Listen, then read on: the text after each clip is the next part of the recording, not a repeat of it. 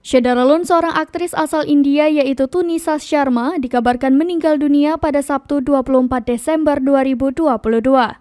Jenazah mendiang Tunisa Sharma ditemukan di lokasi syuting serial Alibaba Dastan-e-Kabul di Vasai di distrik Palghar, Maharashtra, India.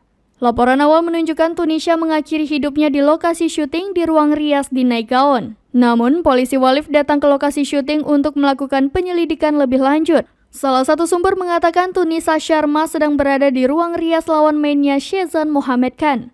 Sebelumnya, ketika Tunisa Sharma berada di ruang rias lawan mainnya, Shehzan keluar untuk melanjutkan proses syuting. Akan tetapi ketika Shehzan kembali, ia menemukan ruang itu terkunci. Kemudian Shehzan berusaha melakukan panggilan telepon kepada Tunisa Sharma berulang kali. Tunisa Sharma tidak segera membuka pintu dan akhirnya pintu tersebut didobrak. Tunisa Sharma kemudian dilarikan ke rumah sakit. Sayangnya, Tunisa Sharma tidak bisa terselamatkan. Adapun jenazah Tunisia dibawa ke rumah sakit JJ Mumbai dan diserahkan kepada keluarga pada Minggu 25 Desember 2022.